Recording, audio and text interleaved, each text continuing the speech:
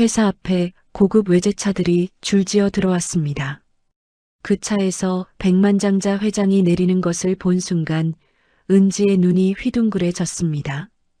이 이야기는 25만 원이라는 작은 돈에서 시작됩니다. 아무도 도움을 주지 않던 할아버지에게 도움을 주고 자신의 한 달 생활비마저 흔쾌히 할아버지의 병원비로 내어주는 쉽지만은 않은 선행으로 시작되죠. 과연 이 선행의 결말이 어떻게 될지 끝까지 함께 해주세요. 이야기 시작하겠습니다.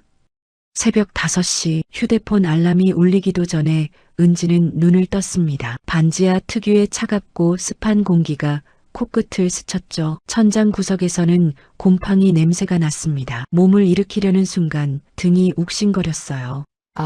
낡은 침대 스프링이 또 말썽이었습니다. 은지는 천천히 일어나 벽에 걸린 액자를 바라봤어요. 부모님의 영정사진이었죠. 엄마, 아빠, 좋은 아침이에요. 작은 목소리로 인사를 건넸습니다. 사진 속 부모님은 여전히 따뜻하게 웃고 계셨어요. 3년 전 그날 이후로 멈춰버린 웃음이었죠. 은지는 차가운 물로 세수를 했습니다. 보일러를 아껴야 했으니까요. 거울을 보니 다크서클이 짙게 내려앉아 있었어요. 29살. 남들은 결혼 준비로 바쁜 나이였지만 은지에게는 아직도 갚아야 할 빚이 2천만 원이나 남아 있었습니다. 오늘도 힘내자. 자신에게 말을 걸며 은지는 회색 정장을 꺼내 입었어요. 소매 끝이 조금 헤어져 있었지만 다림질은 깔끔하게 해뒀습니다. 아침 6시 30분 첫 버스를 타고 회사로 향했어요. 창밖으로 서울의 아침 풍경이 스쳐 지나갔습니다. 높은 빌딩들,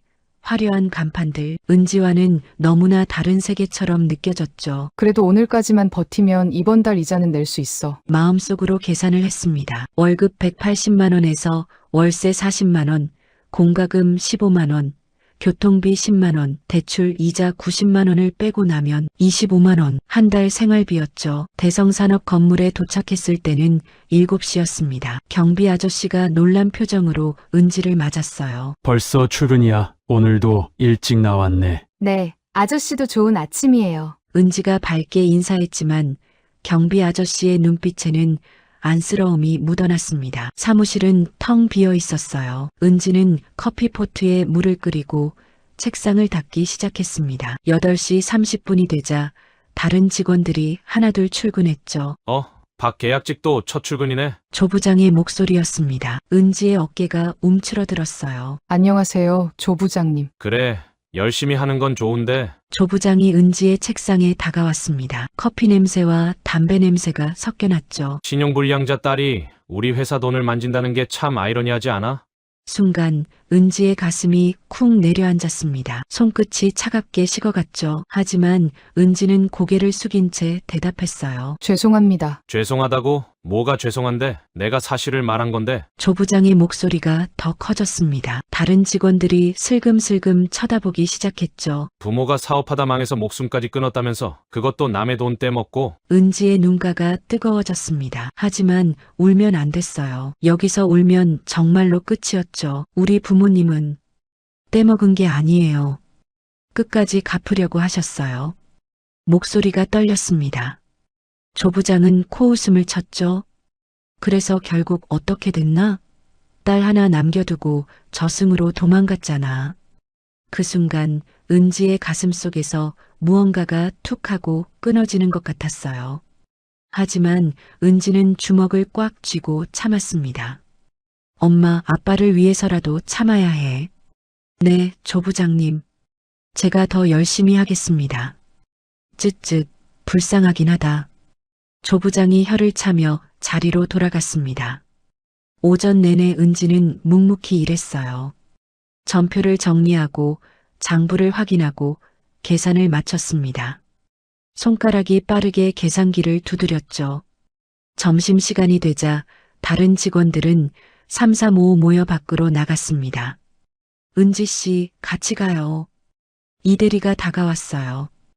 회사에서 유일하게 은지를 따뜻하게 대해주는 사람이었죠. 괜찮아요. 저는 일이 좀 남아서. 에이, 맨날 그러지 말고 오늘은 같이 가요. 제가 살게요. 은지는 고개를 저었습니다. 정말 괜찮아요. 감사해요, 이대리님. 이대리가 아쉬운 표정으로 나가고 사무실에는 은지 혼자 남았습니다. 은지는 서랍에서 컵라면을 꺼냈어요. 자판기에서 뽑은 65도짜리 물을 부었죠. 오늘도 컵라면이네. 쓴웃음이 났습니다. 그래도 따뜻한 게 있으니 감사했어요. 혼자 라면을 먹는 은지를 본 조 부장이 또 한마디 했습니다. 가난은 대물림 된다더니 저 꼴 좀 봐. 은지는 못 들은 척했어요. 라면이 목구멍에 걸리는 것 같았지만 꾸역꾸역 삼켰습니다. 오후 3시쯤 은지는 이상한 점을 발견했습니다.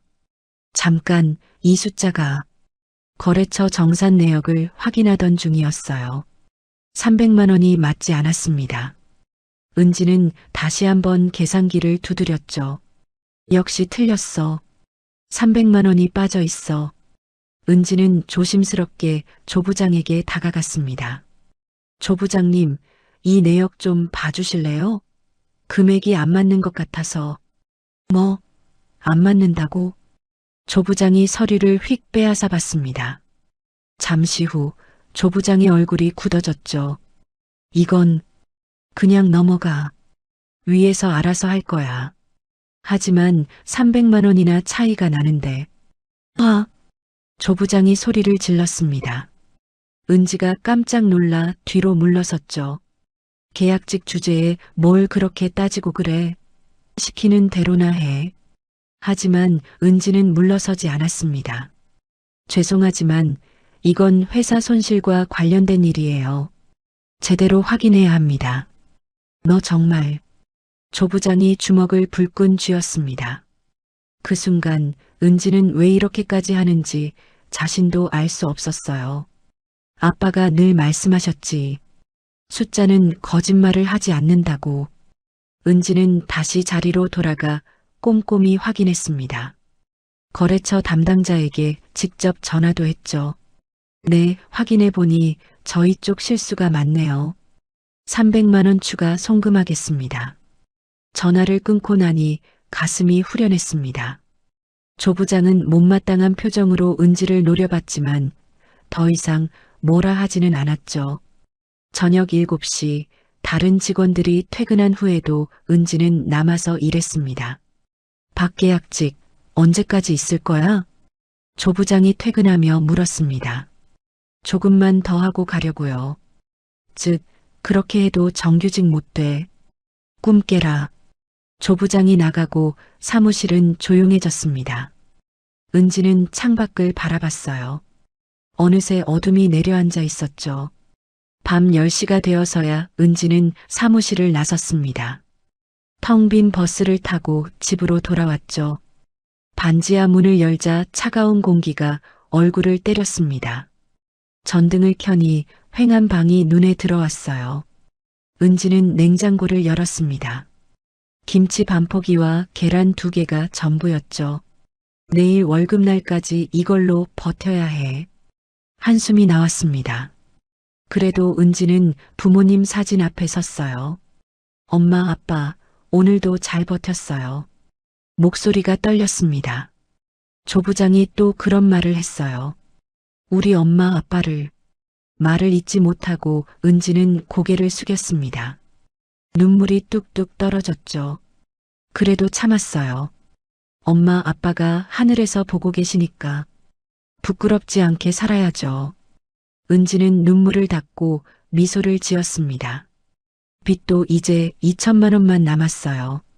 원래 5천만 원이었는데 3천만 원이나 갚았죠? 대단하지 않아요? 빈방에 은지의 목소리만 울렸습니다. 앞으로 2년만 더 버티면 다 갚을 수 있을 거예요. 그때까지만 기다려주세요. 은지는 찬물로 대충 씻고 이불 속으로 들어갔습니다. 배가 고팠지만 참을만 했어요. 내일은 더 나은 날이 될 거야. 눈을 감으며 은지는 스스로에게 말했습니다. 창문 너머로 취객들의 고함 소리가 들려왔지만 은지는 이미 깊은 잠에 빠져들고 있었죠. 내일도 새벽 5시에 일어나야 했으니까요. 빚의 그림자는 여전히 은지를 짓누르고 있었지만 은지는 오늘도 포기하지 않았습니다. 부모님과의 약속을 지키기 위해, 그리고 언젠가는 이 어둠에서 벗어나기 위해. 하지만 은지는 아직 몰랐죠. 며칠 후 신림역 계단에서 만날 한 노인이 자신의 인생을 완전히 바꿔놓을 거라는 것을. 화요일 아침 8시, 은지는 평소와 같이 지하철 2호선을 탔습니다. 출근 시간의 지하철은 늘 전쟁터 같았죠. 사람들은 서로 부딪히며 뛰어다녔고 누구도 옆 사람을 돌아보지 않았어요. 신림역에 도착했습니다. 은지는 사람들의 물결에 휩쓸려 계단을 올라가고 있었어요. 그때였습니다. 계단 중간쯤에서 무언가가 눈에 들어왔죠. 회색 점퍼를 입은 노인이 쓰러져 있었습니다. 은지의 발걸음이 멈췄어요. 저 할아버지. 70대로 보이는 노인은 계단에 옆으로 누워 있었습니다. 얼굴은 창백했고 입술은 파랗게 질려 있었죠. 한쪽 손은 가슴을 움켜쥐고 있었어요. 그런데 이상했습니다. 수십 명의 사람들이 그 옆을 지나가고 있었지만 아무도 멈추지 않았어요. 마치 노인이 보이지 않는 것처럼, 혹은 계단에 놓인 쓰레기를 피하듯 옆으로 비켜 지나갈 뿐이었죠. 은지의 가슴이 쿵쿵 뛰기 시작했습니다. 도와드려야 하나? 하지만 순간 얼마 전 뉴스가 떠올랐어요. 쓰러진 사람을 도왔다가 오히려 가해자로 몰린 사람의 이야기였죠. 게다가 은지에게는 전 재산 25만 원밖에 없었습니다. 하지만 노인의 떨리는 손이 자꾸 눈에 밟혔어요. 아니야. 사람이 먼저야. 은지는 노인에게 달려갔습니다. 할아버지, 괜찮으세요? 무릎을 꿇고 노인의 어깨를 살짝 흔들었어요. 노인은 희미하게 눈을 떴습니다. 노인의 입에서 작은 신음이 흘러나왔어요. 그때 지나가던 한 남자가 은지를 보며 말했습니다. 아가씨, 그냥 가요. 괜히 엮이지 말고. 네. 하지만 이 할아버지가 요즘 세상에 남 도우면 사기당해요. 나중에 치료비 물어달라고 할 거예요. 또 다른 여성도 거들었습니다. 맞아요. 저도 전에 당할 뻔했어요. 그냥 모른 척하는 게 상책이에요. 은지는 주변을 둘러봤습니다. 수많은 사람들이 스마트폰을 보며 지나가고 있었어요. 몇몇은 힐끔 쳐다보기도 했지만 곧 시선을 돌렸죠. 이게 정말 우리가 사는 세상인가? 은지의 마음이 아팠습니다. 하지만 그보다 더 아픈 건 노인의 거친 숨소리였어요. 할아버지, 제가 119에 신고할게요. 조금만 참으세요. 은지는 떨리는 손으로 휴대폰을 꺼냈습니다. 119죠? 신림역 2번 출구 계단에 할아버지가 쓰러져 계세요. 빨리 와주세요. 전화를 끊고 나서 은지는 노인의 손을 잡았습니다. 차가웠어요. 얼음장 같았죠. 은지는 노인의 손을 양손으로 감쌌습니다. 그리고 후후 입김을 불어넣었어요. 할아버지, 금방 구급차가 올 거예요. 조금만 버티세요. 노인이 희미하게 은지를 바라봤습니다. 눈가에 눈물이 맺혀 있었죠. 고맙소. 작은 목소리였지만 은지의 가슴을 뜨겁게 만들었어요. 주변에서는 여전히 수군거리는 소리가 들렸습니다. 쯧쯧, 젊은 사람이 너무 순진해. 나중에 후회할 텐데. 요즘 같은 세상에. 은지는 그 말들을 애써 무시했습니다. 대신 노인의 손을 더 꽉 잡았어요. 괜찮아요, 할아버지. 혼자가 아니에요. 10분쯤 지났을까요? 드디어 구급대원들이 도착했습니다. 환자분이 어떻게 되셨나요? 계단에서 쓰러져 계셨어요. 가슴을 잡고 있었고요. 구급대원들이 노인을 들것에 실었습니다. 은지도 따라 나섰어요. 보호자이신가요? 아니에요. 그냥 지나가다가. 그럼 연락처라도 아시나요? 은지는 고개를 저었습니다. 혹시 병원까지 같이 가실 수 있나요? 보호자가 없으면 응급처치가 어려워서요. 은지는 시계를 봤습니다. 8시 20분. 9시까지 출근해야 하는데. 하지만 노인의 창백한 얼굴을 보니 그냥 갈 수가 없었어요. 네, 같이 갈게요. 구급차 안에서 은지는 계속 노인의 손을 잡고 있었습니다. 노인은 산소 마스크를 쓴 채 가쁜 숨을 쉬고 있었죠. 병원 응급실에 도착했습니다. 급성 심근경색 의심됩니다. 빨리 처치 준비하세요. 의료진이 분주하게 움직였습니다. 은지는 대기실에서 초조하게 기다렸어요. 할아버지, 제발 무사하세요. 1시간쯤 지났을까요? 간호사가 은지를 불렀습니다. 환자분 보호자세요? 아, 저는 그냥 쓰러져 계셔서 신고한 사람이에요. 아, 그러시군요. 환자분이 안정을 찾으셨어요. 정말 다행히 골든타임 안에 오셔서 큰 위험은 넘기셨습니다. 은지의 가슴에서 큰 돌이 내려갔습니다. 다행이에요. 정말 다행이에요. 그런데 응급치료비가 25만 원 나왔는데요. 보호자가 안 계시면. 은지는 잠시 멈췄습니다.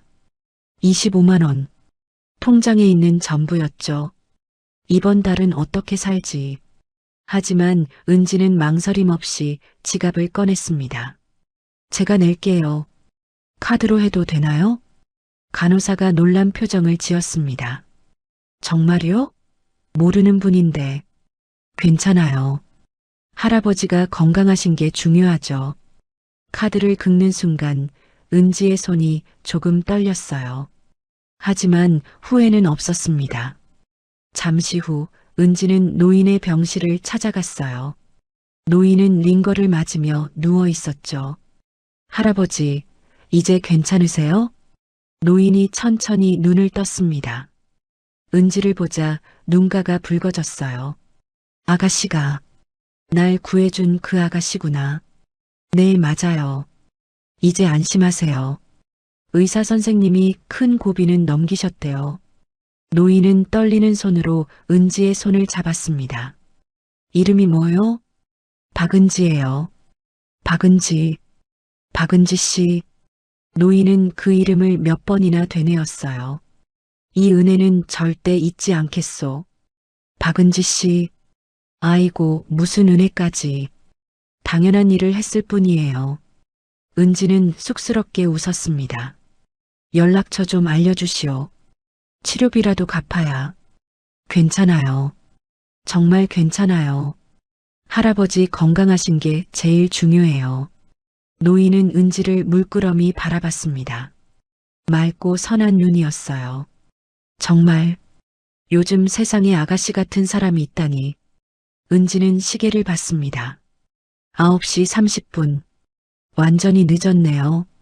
할아버지, 저는 이만 가봐야 해요. 몸조리 잘하세요. 잠깐 박은지 씨.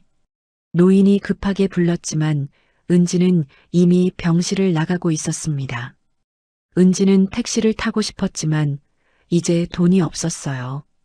다시 지하철을 타고 회사로 향했죠. 10시가 넘어서 회사에 도착했습니다. 사무실 문을 열자마자 조 부장의 날카로운 목소리가 들렸어요. 박 계약직, 지금이 몇 시야? 죄송합니다, 조 부장님. 은지는 고개를 숙였습니다. 죄송하다고? 계약직 주제에 근태도 이 모양이야? 조 부장이 책상을 탁 치며 일어났습니다. 다른 직원들의 시선이 은지에게 쏠렸죠. 무슨 일이 있었냐고 물어볼 가치도 없어. 어차피 변명일 테니까. 월급도 제대로 못 받는 주제에 지각이나 하고. 쯧쯧, 역시 가난한 집 자식은 어쩔 수 없나 봐. 은지의 얼굴이 빨개졌습니다. 하지만 아무 말도 하지 않았어요. 괜찮아. 할아버지를 도운 건 후회하지 않아. 오늘 야근하고 내일은 30분 일찍 출근해. 알았어? 네, 알겠습니다. 은지가 자리에 앉자 이대리가 조심스럽게 다가왔습니다. 은지 씨, 무슨 일 있었어요? 얼굴이 안 좋아 보이는데. 이대리의 따뜻한 목소리에 은지는 눈물이 날 것 같았어요. 아니에요. 그냥 지하철이 좀 늦었어요. 정말요? 혹시 아프면 말해요. 제가 도와줄게요. 고마워요, 이대리님. 은지는 애써 미소를 지었습니다. 하지만 마음 한구석이 무거웠어요. 이제 정말로 돈이 한 푼도 없어. 이번 달은 어떻게 버티지? 막막했습니다. 하지만 이상하게도 후회는 되지 않았어요. 노인의 마지막 눈빛이 자꾸 떠올랐거든요. 감사와 놀라움이 가득했던 그 눈빛이. 그래, 돈보다 중요한 게 있어. 엄마 아빠도 그렇게 사셨잖아. 은지는 깊게 숨을 들이쉬고 일을 시작했습니다. 배가 고프기 시작했어요. 오늘부터 한동안은 물로 버텨야 할 것 같았죠. 하지만 은지는 알고 있었습니다.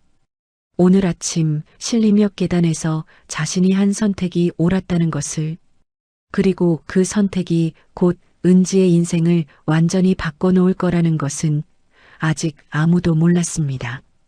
2주가 흘렀습니다. 은지의 생활은 더욱 팍팍해졌어요. 통장에 돈이 들어왔다가도 월세와 공과금을 내고 나면 거의 남는 게 없었죠. 그래도 은지는 버텼습니다. 조금만 더 버티자. 그날도 평소처럼 늦은 퇴근이었어요. 밤 9시가 넘어서야 회사를 나설 수 있었죠. 하늘에서는 비가 쏟아지고 있었습니다. 우산도 없었어요. 몇 달 전에 부러진 우산을 아직 새로 사지 못했거든요. 은지는 가방으로 머리를 가리고 뛰었습니다. 빨리 지하철역으로. 그때였어요. 지하철역 입구에서 익숙한 모습이 눈에 들어왔습니다. 회색 점퍼의 노인이었어요. 2주 전 신림역 계단에서 쓰러져 있던 바로 그 할아버지였죠. 은지의 심장이 쿵 하고 내려앉았습니다. 설마 또? 노인은 비를 맞으며 바닥에 쓰러져 있었어요. 온몸이 흠뻑 젖어 있었고 얼굴은 창백했습니다. 숨소리가 거칠게 들렸죠. 은지는 순간 망설였습니다. 이건 너무 이상해. 같은 사람이 또 쓰러져 있다니. 주변을 둘러보니 사람들이 수군거리고 있었어요. 저 할아버지 또 저러고 있네? 맞아, 저번에도 봤어. 일부러 그러는 거 아닐까? 사기꾼인가 봐. 조심해야겠다. 은지의 머릿속이 복잡해졌습니다. 정말 사기일까? 하지만 빗물에 젖은 노인의 모습이 너무나 안쓰러웠어요. 떨리는 손, 파란 입술. 연기라고 하기엔 너무나 생생한 고통이었죠. 그때 한 젊은 남자가 은지에게 말을 걸었습니다. 아가씨, 저 할아버지 조심하세요. SNS에도 올라왔어요. 네, SNS요? 남자는 스마트폰을 꺼내 보여줬어요. 보세요. 신림역 사기 할아버지 주애라고 올라왔잖아요. 쓰러진 척하다가 도와주면 치료비 뜯어낸대요. 은지는 화면을 봤습니다. 정말로 그런 글이 있었어요. 댓글도 수십 개가 달려 있었죠. 저도 당할 뻔했어요. 조심하세요. 요즘 이런 사기 많아요. 경찰에 신고해야 하는 거 아닌가요? 은지의 가슴이 아팠습니다. 사람들이 이렇게 쉽게 판단해도 되는 걸까? 또 당하려고 그래요? 아까 그 남자가 비웃듯이 말했어요. 한 번도 모자라서 2번씩이나? 호구도 정도가 있지. 은지의 얼굴이 빨개졌습니다. 하지만 그녀는 노인에게서 눈을 떼지 못했어요. 빗속에서 떨고 있는 노인의 모습이 자꾸만 부모님을 떠올리게 했거든요. 엄마, 아빠도 마지막 순간에 이렇게 외로우셨을까? 은지는 주먹을 꽉 쥐었습니다. 그래도 사람이 먼저예요. 뭐라고요? 사기든 아니든 지금 저 할아버지는 아프신 거잖아요. 은지는 노인에게 달려갔습니다. 차가운 빗물이 얼굴을 때렸지만 멈출 수 없었어요. 할아버지, 할아버지. 노인의 어깨를 흔들었습니다. 노인이 희미하게 눈을 떴어요. 아, 아가씨. 순간 은지는 놀랐습니다. 노인이 자신을 알아본 거예요. 저 아세요? 박은지 씨. 노인의 목소리는 너무나 약했습니다. 은지는 망설이지 않고 우산을 폈어요. 아니, 자신의 가방에서 비닐봉지를 꺼내 노인의 머리 위에 씌웠죠. 그리고 자신은 그대로 비를 맞았습니다. 할아버지, 119 부를게요. 조금만 참으세요. 주변에서는 조롱하는 소리가 계속 들렸어요. 봐봐, 또 걸려들었어. 저런 바보 같은 사람이 있으니까 사기꾼들이 없어지지 않는 거야. 사진 찍어서 SNS에 올려야겠다. 같은 사기에 2번 당하는 바보라고. 은지의 눈가가 뜨거워졌습니다. 빗물 때문인지 눈물 때문인지 분간이 안 갔어요. 왜 이렇게 된 거예요? 언제부터 우리가 이렇게 차가워진 거예요? 119가 도착할 때까지 은지는 노인 옆에 쪼그리고 앉아 있었습니다. 온몸이 비에 젖어 추웠지만 노인의 손을 놓을 수 없었어요. 박은지 씨, 또 나를. 노인이 떨리는 목소리로 말했습니다. 괜찮아요, 할아버지. 말씀하지 마세요. 힘드실 거예요. 구급차가 도착했습니다. 구급대원들은 놀란 표정을 지었죠. 이분 저번에도. 네, 맞아요. 제가 그때도 신고했어요. 구급대원들이 서로 눈빛을 주고받았습니다.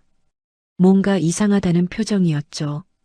병원으로 가는 길, 은지는 또다시 구급차에 올랐습니다. 응급실에서 또 기다렸어요. 온몸이 젖어서 춥고 떨렸지만 은지는 자리를 뜨지 않았습니다. 1시간 뒤 간호사가 나왔어요. 보호자분이세요? 아, 네, 제가 신고했어요. 간호사의 표정이 묘했습니다. 환자분이 안정을 찾으셨어요.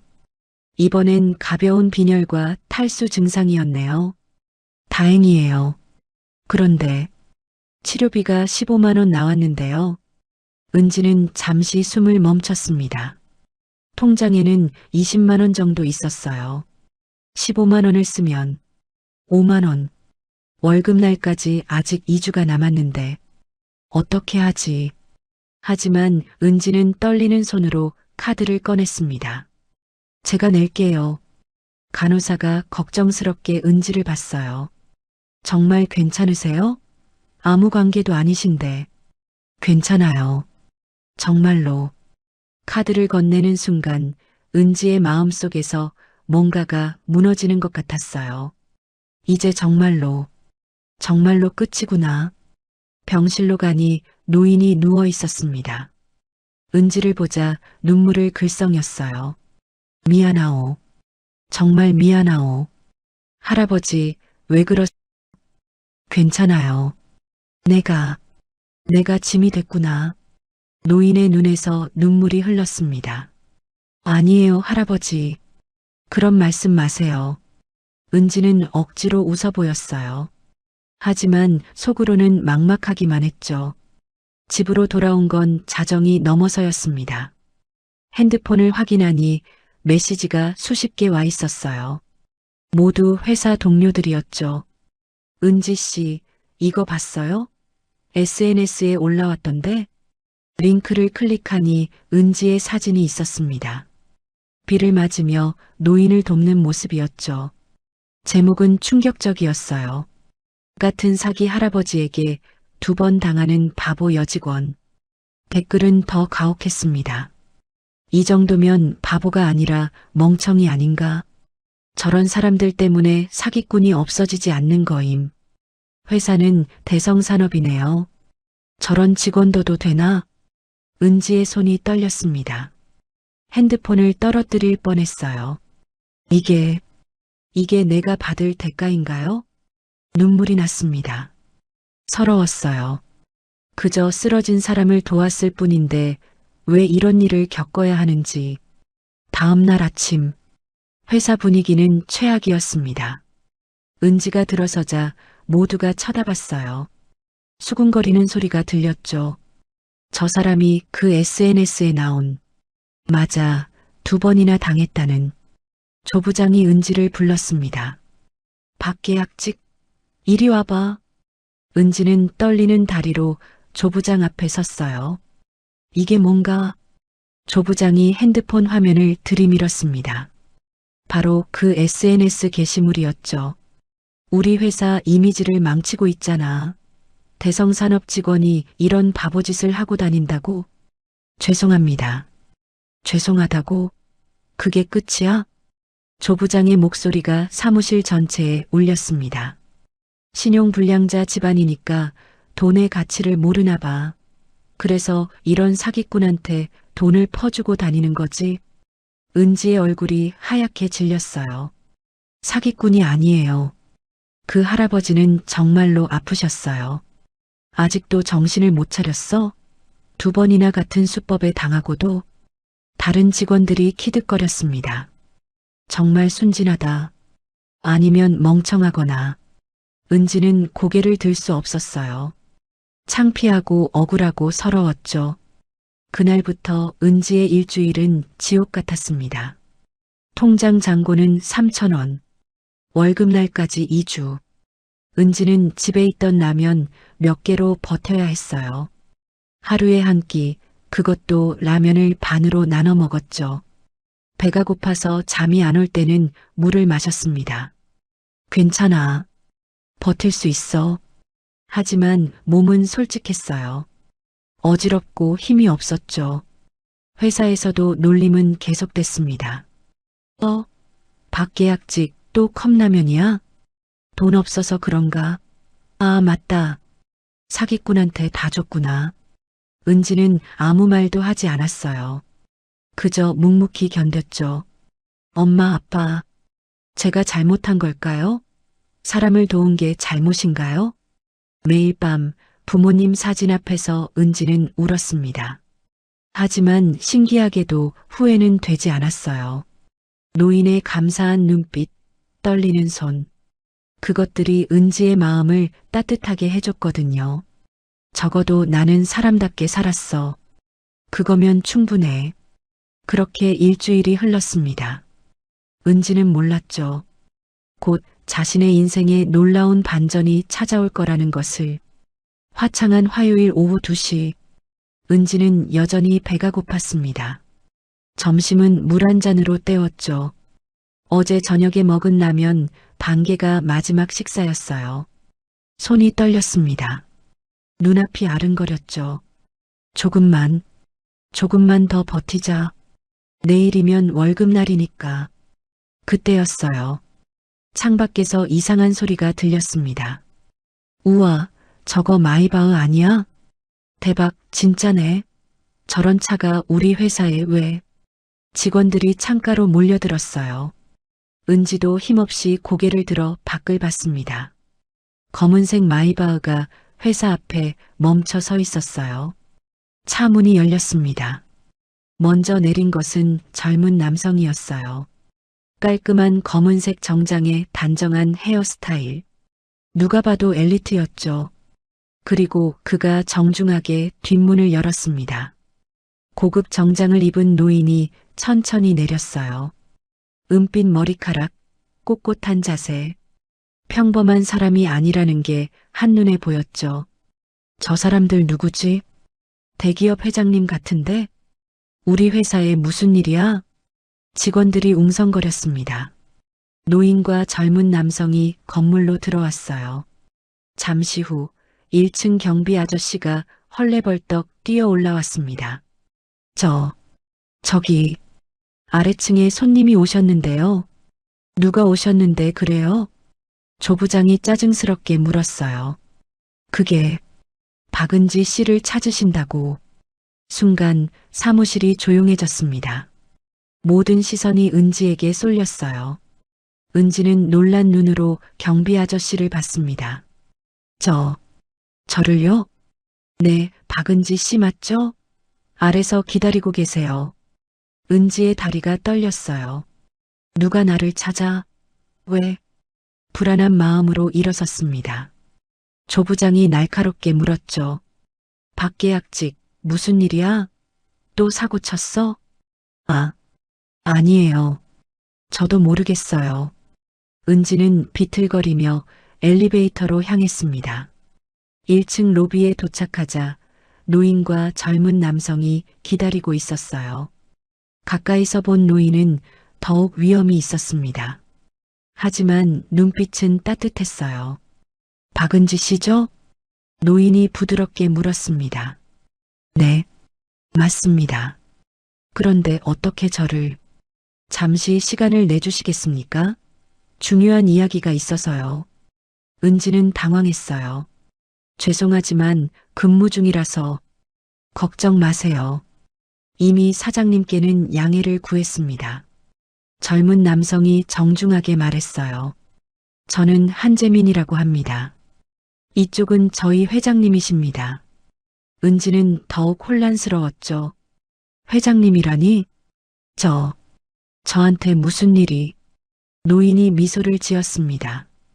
여기서는 이야기하기 불편하니 장소를 옮기면 어떨까요? 밖으로 나오니 마이바흐가 기다리고 있었어요.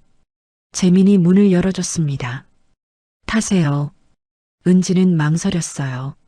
모르는 사람의 차를 타는 것은 위험했죠. 하지만 노인의 눈빛에는 악의가 없었습니다. 조심스럽게 차에 올랐어요. 차 안은 믿을 수 없을 정도로 고급스러웠습니다. 가죽 시트, 나무 장식, 은은한 향기. 은지가 사는 반지하 방보다 더 넓은 것 같았죠. 차는 조용히 움직였습니다. 10분쯤 달렸을까요? 서울 시내의 최고급 호텔 앞에 차가 멈췄어요. 여기는 뉴스에서만 봤던 그 호텔이잖아. 은지의 눈이 커졌습니다. 호텔 직원들이 정중하게 인사했어요.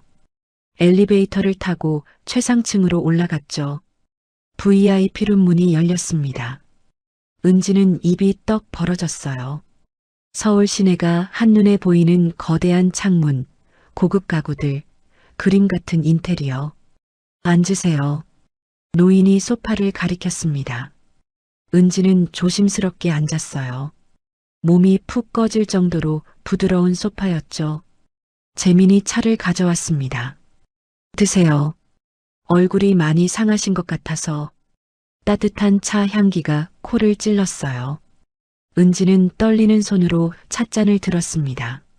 노인이 천천히 입을 열었어요. 박은지 씨, 혹시 저를 기억하십니까?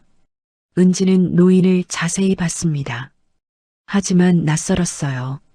죄송합니다. 제가 어디서 뵀는지. 노인이 미소를 지었습니다.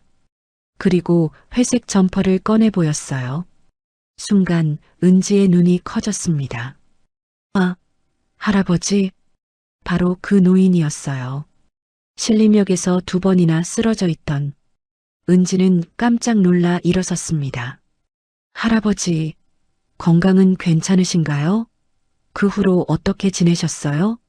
노인의 눈가가 촉촉해졌습니다. 역시 박은지 씨답네요. 자신을 속인 사람인데도 먼저 건강을 걱정하시다니. 네, 속였다고요? 은지는 혼란스러웠어요. 노인이 깊게 숨을 들이쉬었습니다. 먼저 제 소개를 해야겠군요. 저는 한승준입니다. 선도그룹 명예회장이죠. 은지의 입이 떡 벌어졌습니다. 선도그룹. 한국 10대 재벌 중 하나였어요. 백화점, 호텔, 건설, IT까지 다양한 사업을 하는 대기업이었죠. 선도. 그룹이요? 네. 그리고 이쪽은 제 손자 한재민입니다. 선도그룹 부사장이죠. 재민이 정중하게 고개를 숙였어요. 정식으로 인사드립니다. 한재민입니다. 은지는 믿을 수 없었습니다. 꿈을 꾸고 있는 것 같았어요. 그런데 왜 저에게? 한승준 회장이 진지한 표정으로 말했습니다. 박은지 씨, 저는 당신을 속였습니다. 미안합니다. 속였다는 게 신림역에서 쓰러진 것은 연기였어요. 은지의 가슴이 쿵 내려앉았습니다. 연기였다고요? 배신감이 밀려왔어요. 그 모든 것이 거짓이었다니. 하지만 왜 그런 일을? 한승준 회장이 창밖을 바라봤습니다. 저는 80평생을 살면서 많은 것을 가졌습니다. 돈, 명예, 권력. 하지만 최근에 깨달았죠. 제 주변에는 진짜 사람이 없다는 것을. 은지는 조용히 들었어요. 모두가 제 돈과 권력만 바라봤습니다. 진심으로 저를 걱정하는 사람은 없었죠. 그래서 실험을 해보고 싶었습니다. 실험이요? 이 차가운 세상에 정말로 선한 사람이 있는지, 아무 대가 없이 남을 도울 수 있는 사람이 있는지. 한승준 회장의 목소리가 떨렸어요. 그래서 평범한 노인으로 변장하고 여러 곳에서 쓰러진 척을 했습니다. 강남역, 명동, 종로, 수십 곳에서요. 은지는 숨을 죽이고 들었습니다. 하지만 아무도 도와주지 않았어요. 수천 명이 지나갔지만 모두 외면했죠. 심지어 발로 차고 가는 사람도 있었습니다. 재민이 거들었어요. 저희가 숨어서 지켜봤는데 정말 충격적이었습니다. 이게 우리나라의 현실인가 싶었죠. 한승준 회장이 은지를 바라봤습니다. 그런데 신림역에서 기적이 일어났어요. 한 젊은 여성이 멈춰섰죠. 바로 당신이었습니다. 은지의 눈가가 뜨거워졌어요. 저는 그냥 당연한 일이 아닙니다. 그날 그 계단을 지나간 사람이 얼마나 많았는지 아십니까? 312명이었어요. 하지만 도와준 사람은 단 한 명. 박은지 씨뿐이었죠. 한승준 회장이 서류를 꺼냈습니다. 더 놀라운 건 그 다음이었어요. 당신에 대해 조사해 봤습니다. 은지가 놀라서 물었어요. 저를 조사하셨다고요? 죄송합니다. 하지만 꼭 알고 싶었어요. 어떤 사람이기에 그런 선택을 했는지. 서류를 넘기며 회장이 말을 이었습니다. 부모님이 사업 실패로 자살하셨더군요.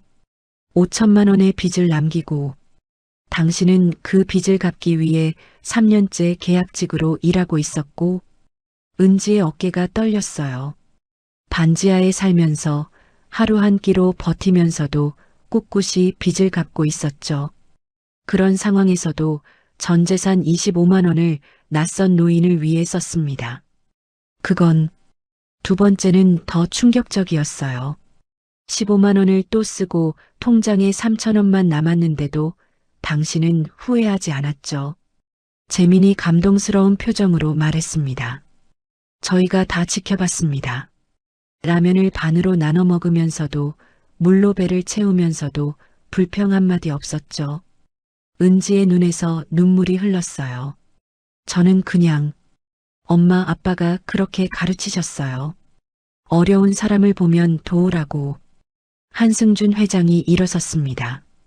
그리고 은지 앞에서 고개를 숙였어요. 박은지 씨, 진심으로 죄송합니다. 그리고 감사합니다. 은지가 깜짝 놀라 일어났어요. 회장님, 이러시면 안 돼요. 아닙니다. 당신은 저에게 희망을 보여줬어요. 이 차가운 세상에도 아직 따뜻한 사람이 있다는 희망을. 한승준 회장이 다시 앉으며 말했습니다. 그래서 제안하고 싶습니다. 우리 선도그룹에서 일해 주시겠습니까? 은지는 놀라서 말을 잇지 못했어요. 저는 그저 계약직이고 특별한 능력도. 재민이 미소를 지으며 말했습니다. 선도그룹 복지재단에서 격리팀장으로 모시고 싶습니다. 연봉은 지금의 3배, 물론 정규직이고요. 은지의 머릿속이 하얘졌어요. 그리고 재민의 목소리가 조금 떨렸습니다. 개인적으로 고백하고 싶은 게 있습니다. 한승준 회장이 의미심장한 미소를 지었어요. 재민이 은지를 바라봤습니다. 사실 저도 그날 신림역에 있었어요. 멀리서 지켜봤죠. 그리고 그 후로도 계속 지켜봤습니다. 은지의 얼굴이 빨개졌어요. 회사 구석에서 묵묵히 일하는 모습, 힘들어도 웃음을 잃지 않는 모습, 부당한 대우에도 성실히 일하는 모습, 모두 봤습니다.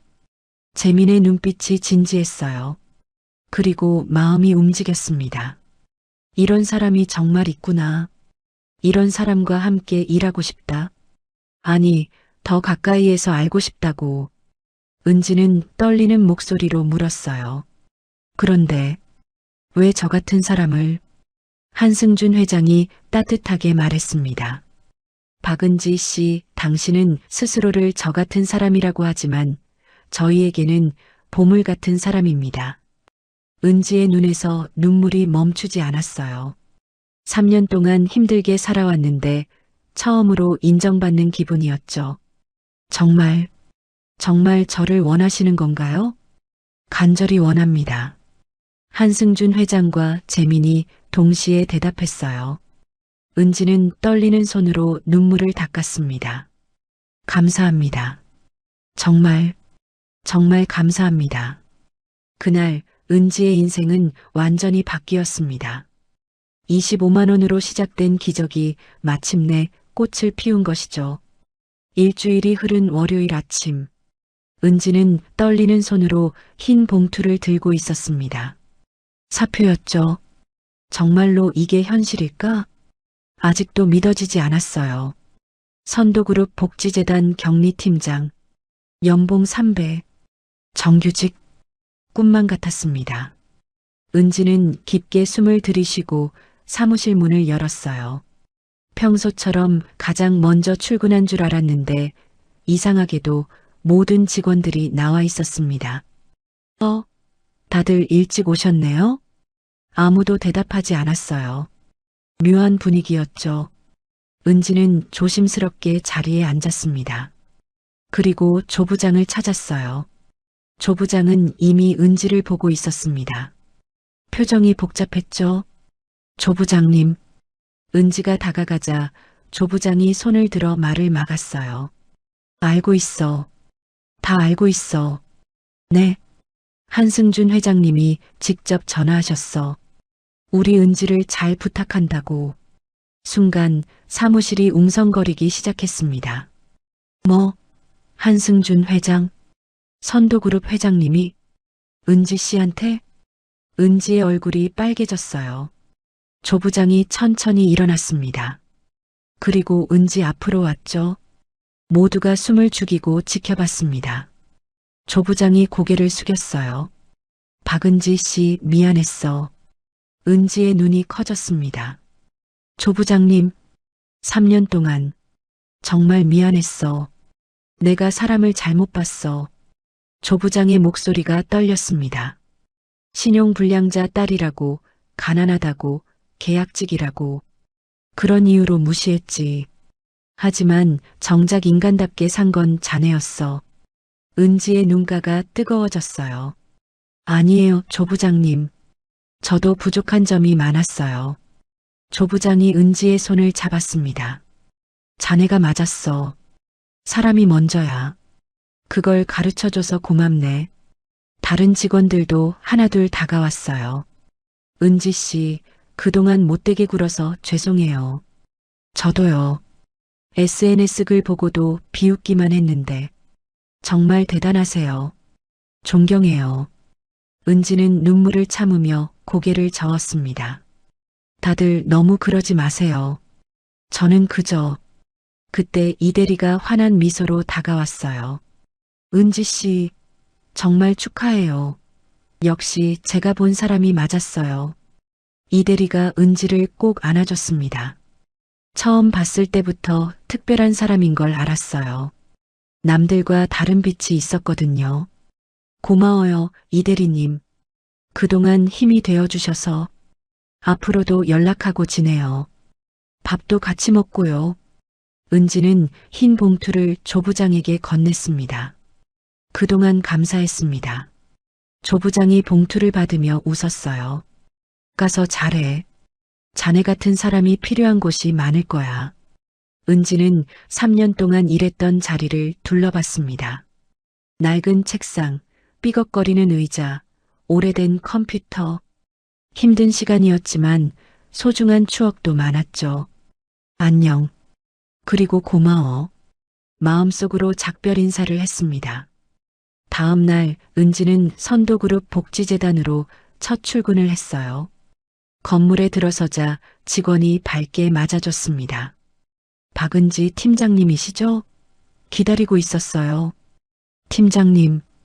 그 호칭이 아직도 낯설었어요. 아, 네. 잘 부탁드려요. 사무실은 넓고 밝았습니다. 창밖으로는 서울 시내가 한눈에 보였죠. 이쪽이 팀장님 자리예요. 깨끗한 책상, 최신 컴퓨터, 편안한 의자. 무엇보다 책상 위에는 박은지 팀장이라는 명패가 놓여 있었어요. 은지의 가슴이 뭉클했습니다. 엄마, 아빠, 저 이제 정규직이에요. 팀장이에요. 재민이 들어왔습니다. 첫 출근 축하해요. 아, 부사장님, 편하게 불러주세요. 같이 일하는 동료니까요. 재민의 미소가 따뜻했어요. 오늘은 적응하는 날이니까 부담 갖지 마시고 제가 업무 설명해 드릴게요. 은지는 새로운 업무를 배웠습니다. 독거노인 지원, 결식아동 도시락 사업, 한부모 가정 지원. 모두 어려운 이웃을 돕는 일이었죠. 우리 재단의 목표는 단순해요. 도움이 필요한 사람들에게 손을 내미는 거죠. 재민이 설명하는 동안 은지는 가슴이 벅차올랐어요. 이런 일을 할 수 있다니. 점심시간 재민이 은지를 불렀습니다. 같이 식사할래요? 회사 구내식당은 호텔 뷔페 같았어요. 은지는 오랜만에 따뜻하고 제대로 된 밥을 먹었습니다. 맛있어요? 네, 정말 맛있어요. 이렇게 좋은 밥을 매일 먹을 수 있다니. 은지의 눈가가 촉촉해졌어요. 재민이 부드럽게 말했습니다. 이제는 끼니 걱정하지 마세요. 앞으로는 행복한 일만 있을 거예요. 퇴근 후 은지는 부동산으로 향했어요. 혹시 깨끗하고 안전한 원룸 있을까요? 예산은 어느 정도 생각하세요? 월 60만 원 정도요. 이제는 여유가 있었어요. 부동산 직원이 밝게 웃었습니다. 좋은 매물이 있어요. 2층이고 햇빛도 잘 들어와요. 집을 보는 순간 은지는 눈물이 났어요. 깨끗한 벽지, 따뜻한 햇살, 곰팡이 하나 없는 천장. 여기 정말 제가 살 수 있는 거예요? 당연하죠. 언제든 이사 오세요. 한 달 뒤 은지는 새 집으로 이사했어요. 짐은 많지 않았지만 가장 소중한 것을 먼저 꺼냈죠. 부모님의 영정사진이었어요. 깨끗한 벽에 사진을 걸었습니다. 엄마, 아빠, 우리 이사 왔어요. 목소리가 떨렸어요. 더 이상 반지하가 아니에요. 햇빛이 들어오는 집이에요. 은지는 사진 앞에 무릎을 꿇었습니다. 이제 남을 도우며 살 수 있어요. 엄마, 아빠가 가르쳐 주신 대로요. 눈물이 뚝뚝 떨어졌지만 이번엔 행복한 눈물이었어요. 주말 오후 은지와 재민은 한강공원을 걸었습니다. 은지 씨, 요즘 어때요? 너무 행복해요. 매일매일이 꿈 같아요. 재민이 은지를 바라봤어요. 처음 봤을 때부터 궁금했어요. 어떻게 그렇게 선하게 살 수 있는지. 은지가 수줍게 웃었습니다. 특별한 건 없어요. 그냥 부모님이 그렇게 살라고 하셨거든요. 부모님이 대단하신 분들이었나 봐요. 네. 비록 사업은 실패했지만 끝까지 정직하려고 했어요. 남의 돈을 떼먹느니 차라리. 말을 잇지 못하는 은지의 손을 재민이 살짝 잡았어요. 이제는 슬퍼하지 마세요. 부모님도 하늘에서 자랑스러워 하실 거예요. 은지가 고개를 들어 재민을 봤습니다. 정말 그럴까요? 당연하죠. 딸이 이렇게 훌륭하게 컸는데요. 두 사람은 천천히 걸었어요. 석양이 한강을 붉게 물들이고 있었죠. 3개월 후, 은지의 사무실에는 편지가 가득했습니다. 은지 팀장님 덕분에 따뜻한 겨울을 보냈어요. 도시락 정말 맛있었어요. 감사합니다. 아이가 팀장님을 천사라고 불러요. 은지는 편지를 읽으며 미소 지었어요. 이게 바로 보람이구나. 재민이 노크를 하고 들어왔습니다. 바쁘신가요? 아니에요. 편지 읽고 있었어요. 보람 있죠? 네, 정말로요. 재민이 은지 옆에 앉았어요. 은지 씨, 할 말이 있어요. 진지한 표정의 은지가 긴장했습니다. 무슨 일이에요? 사실, 할아버지가 저녁 식사에 초대하고 싶다고 하세요. 회장님이요? 네. 가족 모임인데 은지 씨도 꼭 왔으면 좋겠대요. 은지의 얼굴이 빨개졌어요. 저는 그냥 직원인데. 재민이 은지의 눈을 바라봤습니다. 할아버지한테는 특별한 사람이에요. 저한테도요. 은지의 심장이 빠르게 뛰었어요. 그리고 재민이 은지의 손을 잡았습니다. 앞으로도 계속 가까이 있고 싶어요. 직장 동료로서만이 아니라. 은지는 떨리는 목소리로 답했어요. 저도 그래요. 두 사람은 서로를 바라보며 웃었습니다. 밖에서는 첫눈이 내리기 시작했어요. 하얗고 깨끗한 눈이 세상을 덮었죠. 은지의 인생도 그렇게 새하얗게 시작되고 있었습니다. 1년 후, 봄날의 따뜻한 햇살이 사무실 창문으로 쏟아져 들어왔습니다. 은지는 박은지 팀장이라는 문패가 걸린 사무실에서 서류를 검토하고 있었어요. 1년. 믿을 수 없을 만큼 많은 일이 있었죠. 책상 위에는 편지들이 수북이 쌓여 있었습니다. 오늘도 새로운 편지들이 도착했어요. 은지는 조심스럽게 편지 하나를 열었습니다. 은지 팀장님께, 저는 혼자 사는 73살 할머니입니다. 팀장님이 보내주신 도시락 덕분에 올겨울도 잘 버텼어요. 따뜻한 국이 얼마나 맛있던지 고맙다는 말밖에 할 수가 없네요. 은지의 눈가가 뜨거워졌어요. 또 다른 편지를 열었습니다. 안녕하세요, 팀장님. 저는 10살 민수예요. 엄마가 아파서 일을 못 하시는데 팀장님이 보내주신 학용품으로 공부 열심히 하고 있어요. 나중에 크면 팀장님처럼 좋은 사람이 될게요. 삐뚤빼뚤한 글씨가 더욱 가슴을 울렸습니다. 은지는 편지를 가슴에 안았어요. 이런 편지들이 나의 보물이야. 똑똑. 들어오세요. 문이 열리고 젊은 직원이 들어왔습니다. 팀장님, 회장님께서 찾으신대요. 아, 지금 바로 갈게요. 은지는 일어나서 옷매무새를 가다듬었어요. 회장실로 가는 길. 복도를 걷는 동안 많은 생각이 스쳐 지나갔습니다. 1년 전만 해도 반지하에서 컵라면으로 끼니를 때웠는데 회장실 문 앞에 섰을 때 은지는 깊게 숨을 들이쉬었어요. 똑똑. 들어오게. 한승준 회장의 따뜻한 목소리가 들렸습니다. 은지가 들어가자 회장이 환한 미소로 맞아줬어요. 은지 팀장, 앉게. 안녕하세요, 회장님. 회장이 직접 차를 따라줬습니다. 요즘 어떤가? 일은 힘들지 않고? 아니에요. 너무 보람 있어요. 그래, 다행이군. 회장이 은지를 따뜻하게 바라봤어요. 이번 달 실적을 봤네. 정말 놀라워. 과찬이세요. 과찬이 아니야. 독거노인 2,000명, 결식아동 3,000명을 도왔더군. 1년 만에 정말 대단한 성과야. 은지가 겸손하게 고개를 숙였습니다.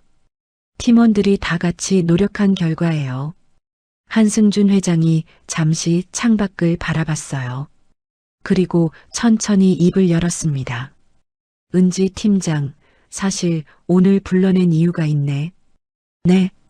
회장이 은지를 바라보며 미소 지었어요. 그날 나를 도운 사람이 며느리가 될 줄은 몰랐지. 은지의 얼굴이 새빨개졌습니다. 회장님, 농담이야. 아직은. 회장의 눈빛이 부드러워졌어요. 재민이가 정식으로 청혼할 준비를 하고 있더군. 은지의 심장이 쿵쿵 뛰었습니다. 저는 아직 알아. 서두르지 않아도 돼. 다만 회장이 진지한 표정으로 말을 이었어요. 은지 팀장이 우리 가족이 되면 정말 기쁠 거야. 돈이나 지위 때문이 아니라 그 따뜻한 마음 때문에. 은지의 눈에서 눈물이 흘렀습니다. 감사합니다, 회장님. 정말 감사합니다. 내가 더 감사하지. 신림역에서 나를 구해준 것도, 재민이를 좋은 사람으로 만들어준 것도 다 은지 팀장이야. 두 사람은 따뜻한 차를 마시며 이야기를 나눴어요. 저녁 무렵, 은지는 재민과 함께 남산 타워가 보이는 레스토랑에 있었습니다. 오늘 할아버지 만났다면서요? 네. 너무 잘해주셔서 어떻게 보답해야 할지. 재민이 은지의 손을 잡았어요. 있는 그대로만 있어줘요. 그게 가장 큰 보답이에요. 은지가 수줍게 웃었습니다. 재민 씨, 가끔 이 모든 게 꿈 같아요. 왜요? 1년 전만 해도 하루하루 살아가기 바빴는데 지금은 이렇게 행복하다니. 재민이 은지를 다정하게 바라봤어요. 이건 시작일 뿐이에요. 앞으로 더 행복한 일들이 기다리고 있을 거예요. 정말요? 당연하죠. 은지 씨가 뿌린 씨앗들이 이제 막 싹트기 시작했으니까. 은지는 창밖을 바라봤습니다. 서울의 야경이 반짝이고 있었어요. 재민 씨 약속할게요. 뭐요? 앞으로도 이렇게 살 거예요. 사람들을 도우면서 따뜻한 마음을 나누면서. 재민이 은지의 손을 더 꽉 잡았어요. 저도 함께 할게요. 평생. 두 사람은 서로를 바라보며 미소 지었습니다. 집으로 돌아온 은지는 부모님 사진 앞에 섰어요. 엄마, 아빠. 목소리가 떨렸습니다. 오늘도 많은 사람들을 도왔어요. 따뜻한 마음을 나눴어요. 사진 속 부모님이 웃고 있는 것 같았어요. 25만 원으로 시작됐어요. 제가 가진 전부였던 그 돈으로. 은지는 그날을 떠올렸습니다. 신림역 계단, 쓰러진 노인, 차가운 시선들. 그때는 몰랐어요. 그 작은 선택이 제 인생을 완전히 바꿔놓을 줄은. 눈물이 뚝뚝 떨어졌어요. 하지만 후회하지 않아요. 오히려 감사해요. 은지는 가방에서 봉투 하나를 꺼냈습니다. 안에는 25만 원이 들어 있었어요. 매달 월급에서 25만 원씩 따로 모으고 있어요. 정말 급한 사람을 만났을 때 쓰려고요. 은지는 봉투를 가슴에 안았습니다. 이게 제가 받은 가르침을 이어가는 방법이에요. 다음 날 아침, 은지는 평소보다 일찍 출근했어요.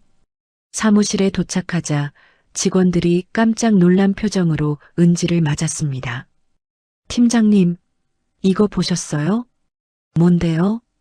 직원이 신문을 보여줬어요.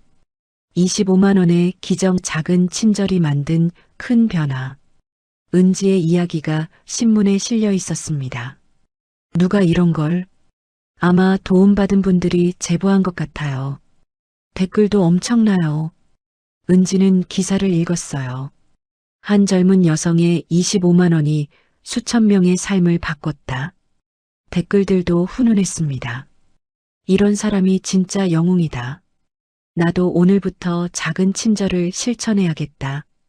25만 원의 가치를 새롭게 생각하게 됐다. 은지는 조용히 미소 지었어요. 작은 친절이 큰 변화를 만든다. 직원이 물었습니다. 팀장님, 이제 유명인 되셨네요. 아니에요. 중요한 건 유명해지는 게 아니라 계속 실천하는 거예요. 은지는 직원들을 둘러봤습니다. 우리 모두가 그런 마음으로 일한다면 세상은 분명 더 따뜻해질 거예요. 직원들의 눈빛이 반짝였어요. 네, 팀장님. 그날 오후, 은지는 신림역을 찾았습니다. 1년 전 그날의 계단. 이제는 평범한 계단이었죠. 여기서 시작됐어. 은지는 계단을 천천히 올라갔어요.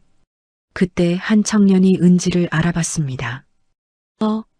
혹시 신문에 나온 그분? 은지가 수줍게 웃었어요. 안녕하세요. 와, 정말 대단하세요. 저도 기사 보고 감동받았어요. 청년이 열정적으로 말했습니다. 저도 오늘부터 주변 사람들을 더 살피려고요. 작은 것부터 시작하려고요. 은지의 가슴이 뿌듯했어요. 네, 그렇게 하세요. 작은 친절이 정말로 큰 변화를 만들어요. 청년과 헤어진 후 은지는 다시 한번 계단을 돌아봤습니다. 감사해요. 이 계단에서의 만남이 저를 여기까지 오게 했어요. 저녁 노을이 계단을 붉게 물들였어요. 은지는 발걸음을 옮겼습니다. 내일도 누군가를 도울 일이 기다리고 있었으니까요. 그렇게 25만 원으로 시작된 기적은 계속되고 있었습니다.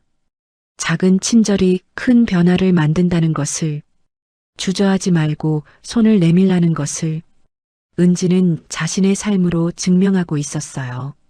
그리고 그 따뜻한 마음은 점점 더 많은 사람들에게 퍼져나가고 있었습니다. 마치 호수에 던진 돌멩이가 만드는 파문처럼 끝없이 아름답게